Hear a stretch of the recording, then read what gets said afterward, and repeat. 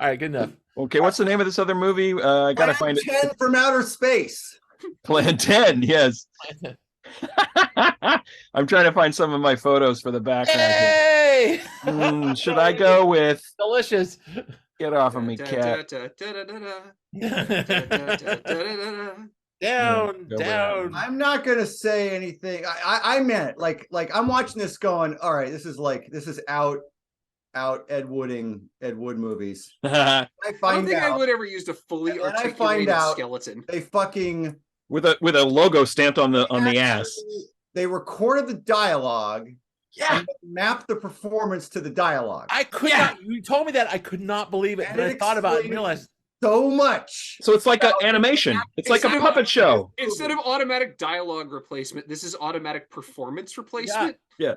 I'm like, in some ways, it's genius because you save a lot of money that way. If you you don't have to get good sound. You don't have to get any sound. No, you just record everything first. So there's a part of me that it's the same kind of thing where again, it's the same way they make The Simpsons. This is like the conversation where you go, were these people trying to make a good movie and they weren't capable of making a good movie, or were they trying to make a good movie and for whatever reasons it was impossible? Oh, this is an honest to God Broadway. I mean, I think that the people in this were fully committed to the bit. Mm-hmm. I think there's sort of an interesting concept at the core of it, and it is just undone by the 49 cents they had to make it and a couple of really questionable decisions that they made. Well, Tom Graeff, the director, Tim, yes, made this film because he wanted his boyfriend to be a famous actor. Yeah. The problem is his boyfriend can't act. No. So here we are again. I believe I said this is like the part in Citizen Kane where he tries to make her an opera star. Like that's very much what's going on. So this is the Citizen Kane of drive-in movies or whatever. Hold on, though. No. This guy is the Charles Foster Kane of making shit movies. Yeah, that's right. Anybody, if you had to map your performance to dialogue that had been created earlier, even if you were Laurence fucking Olivier, it's gonna look weird. It's gonna come off wooden and weird. It's gonna come off weird. It's like it's just gonna be off. Wait, well, you know that show, was it Drunk History?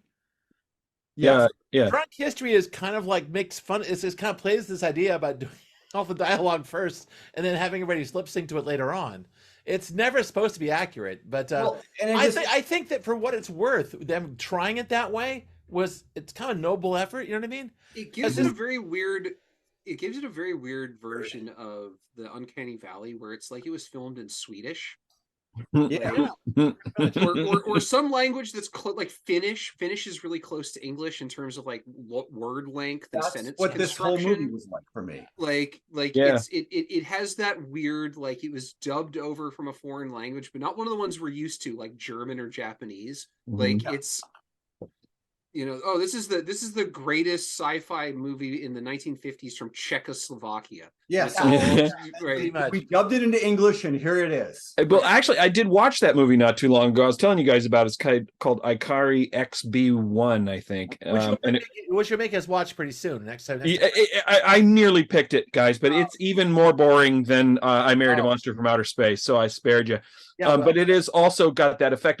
You're in the Uncanny Valley because the characters all have American names, but they're speaking Czech and it's dubbed and it's very weird. That's why no one should ever pick Solaris. Everyone talks about what a great film it is, but it's actually unbunbelievably dull. I like the remake. So I've heard. Yeah, the original Russian one will make you fossilize. It's so dull. But the Clooney remake, the Soderbergh remake's good. We already watched his best movie. This guy. Gramps. Fuck. Pops, whatever the fuck. I mean, to be able to stand out in this movie as the worst actor is an accomplishment. Fucking I don't know. Both of these guys are fucking terrible. Torture Captain is pretty fucking like. Torture. Yes. I said I wasn't going to make a joke from the Mystery Science Theater, but every time he comes on screen and they go, torture.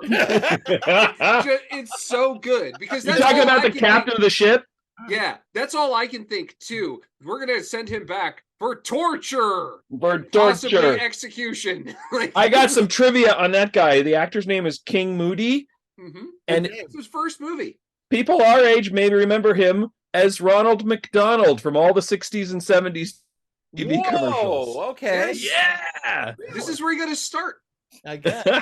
Okay, this film was teenagers from outer space, right? The idea that these guys are going to come and have the invasion force thing, they've got to do. The idea that these guys are teenagers. But then those guys are supposed to be rebelling against the program. Do you think it came across? No.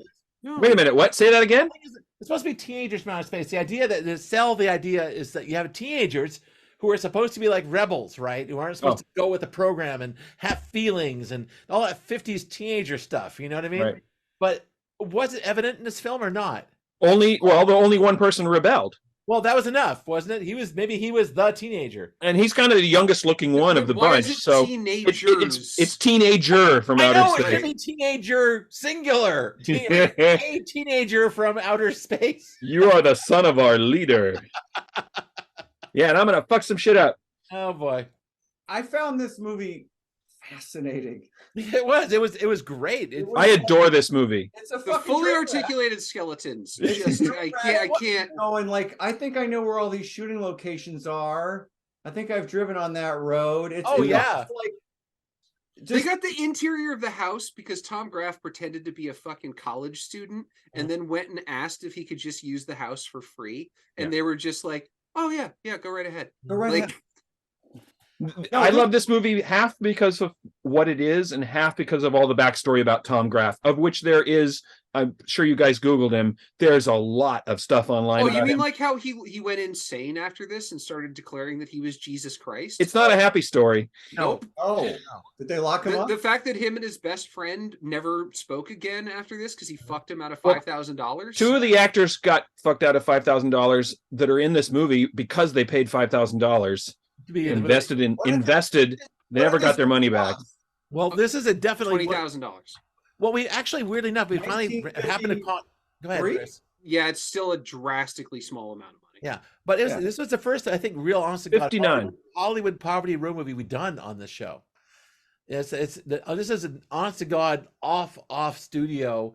This movie it's an indie. It literally is an indie. A bunch of the actors, this is like they hope they get distribution when they made this thing. This is guys made on Gower Street and on those little cheap studios made out of old garages back in the 40s and 50s. A bunch of the actors got fined by SAG. Yeah, because they worked below SAG level, and Dawn Bender worked under her married name Dawn Anderson for this movie, so she wouldn't get fined for working below SAG. That's right. And can I do a minute about Dawn Bender? Please. Okay. Dawn Bender's absolutely the best thing about this movie, top to bottom. She's legitimately good. She's one of the only people who can actually act particularly well in this, despite the handicap of having to speak to her own voice, which brings me to some interesting things about her. She's an incredibly prolific radio actress. She got her start in acting as an infant in the 1937 film Confession, starring Basil Rathbone, and was acting for the rest of her life up until this point. At age 7, she got cast in a radio drama called One Man's Family that was on for 17 years. It was that was a big show in the 50s. One Man's Family. Wow. It was still going when this was made.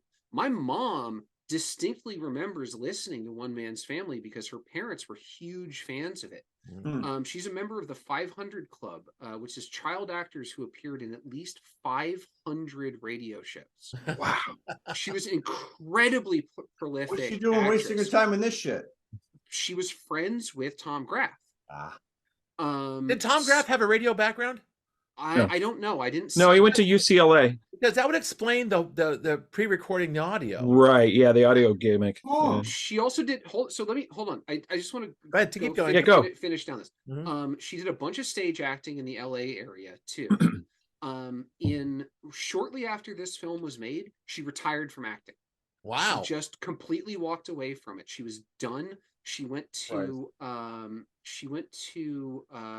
Loyola Marymount University, got a degree in teaching, became a teacher in the Los Angeles School District, was a teacher in the Los Angeles School District for 40 years, and retired in the early 2010s and died in 2015, shortly after her third husband, Emmett Jacobs, who was also a movie guy. I don't remember exactly what he did. Oh, I had heard she was still alive. She died in 2015? She died in 2015. Oh, okay. That's very recently. Oh, yeah, fairly recently. Sci-fi conventions does she have?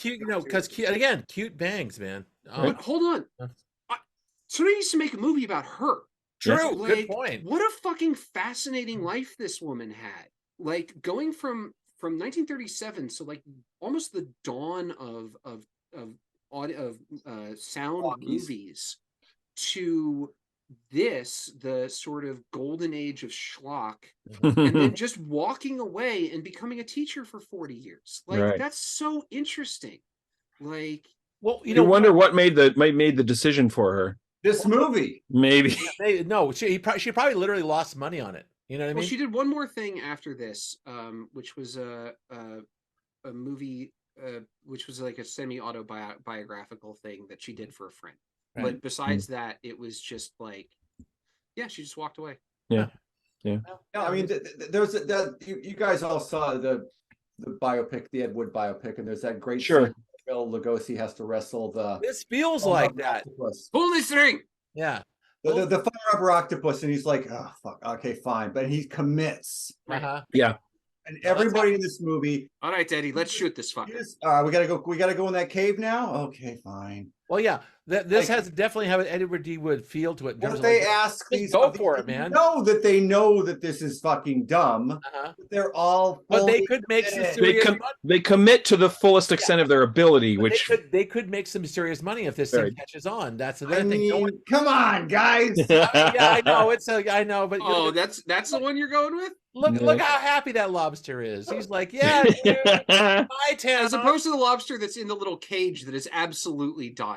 Oh yeah, for sure. I was pretty sure somebody was holding it by its tail, flopping it around in the close-ups. I mean, I love those little bastards. They're great. Yeah. But this isn't a lobster. This is the shadow of a lobster. It's just like a cutout. Yeah. No, they're doing the thing where they're putting against the lobster on the white paper and doing like a high contrast matte. Thing. But so it's semi-transparent. When it's supposedly coming down the hillside, it's semi-transparent. Well, I think he's holding it in front of the projector. Yeah, pretty much. Pretty much. Like, oh, he's scary. I'm gonna go back to what you said earlier. Is it with the actress? I forgot her name now. Dawn Bender. It was back that era that people. This is weird because this has changed in showbiz. That people back then, when they were done, they would leave showbiz. Yeah. Like, remember Ken Osmond, the guy who played Eddie Haskell? And when the show was over, he signed up to be a cop, and he was a cop for 30 years. Yeah. It's like, back then, it was like, yeah, showbiz was just a job. Now, it was a job. No, now people go into it and never leave. You're a celebrity forever, or you're a star forever. And no matter what level they achieved, they're just going to keep milking that and doing appearances and sadder and sadder and get sadder and sadder, weirder and weirder. And it's like, it's like the wrestler. It's very much like pretty much exactly right. That really says it. Yeah. So you guys, like I said, there's a ton of stuff online. Tad was saying somebody should make a movie about Dawn. Somebody is trying to make, or was trying to make a documentary about Tom Graeff. Somebody else is writing a book. That would be interesting. There are YouTube videos. There's so much stuff online if you just Google them. But today, just before the call, I found the original LA Times review of the movie that came out. All right, give us a paragraph. Go on. I highlighted the best part. So you got to send it to me. Take pictures and send it to me. You bet. I'll skip the recap and I'll just go to what he says. This is by Charles Stinson from the LA Times. Right. What a really curious little film this is. Its plot is rambling. Its extreme low budget ensures a thoroughly sleazy quality of photography, costume, and prop. And though the direction is all right, 90% of the script is either stereotyped action talk or exposition, portentous, badly stilted attempts at motivation or romance. And then there's a subtitle, like a section head here, flashes of sensitivity. Oh. And yet, This picture cannot be simply dismissed. There are flashes of astonishing sensitivity, half buried in the mass of tritisms. Wow. The camera focuses almost poetically on several little Earth children gazing up with curious innocence at the strange, rather gentle youth making his way diffidently through the alien streets and incomprehensible gas stations. Wow. And there are several fleeting dialogue sequences between the space boy and the Earth girl, which tremble almost up to the point of death, only to fail at the crucial moment and fade back into the surrounding stereotypes. Mr. Tom Graeff was, take a long breath, producer, director, scenarist, I guess that's screenwriter, film editor, cameraman, and cast member of this little film. When he stops spreading himself so incredibly thin, I think his work will bear watching. Oh, man. Carl Stinson has one Rotten Tomatoes quote, and it's from House on Haunted Hill, 1959. The only shocking thing about this film is its utter ineptness. Right. I will say that I don't totally disagree with that review you just read, because I think this movie did get remade. I think it's the fucking Terminator, with like a whole lot. Maybe there's definitely an influence there. With a whole lot of, like, you know, Starman and things and and skeletons. This movie does that were done better later. Yeah. But the core concept of alien comes to Earth, he's part of a thing, he goes native. She's fully aware of who. Wait a minute, then it's Avatar. Well, okay, then it's F Troop. So what are you gonna do? Yes, it's ET. Like there's a lot of things that this movie covered in whatever this was, 59. Yep. Yeah. That ended up being done better later, but I do believe that everybody involved in this movie was trying to make a good movie. This movie is earnest as hell. Yes, it is. It is extremely earnest. Which Mr. Jim Cameron also, that's one of his redeeming qualities, is that he means it, man, from his heart. And this movie means it from the heart. And I love this movie. Well, the thing is, I genuinely do. And I also don't think David Love is so bad, because he plays a waif. You know, he plays an innocent. Yeah. Again, it could have been underacting, which is typical at the time. What won me over, I think, was the scene where he first comes into the house and meets Betty and Grandpa, and they say, "Do you like the room?" And he's like, "You will let me live here with you?"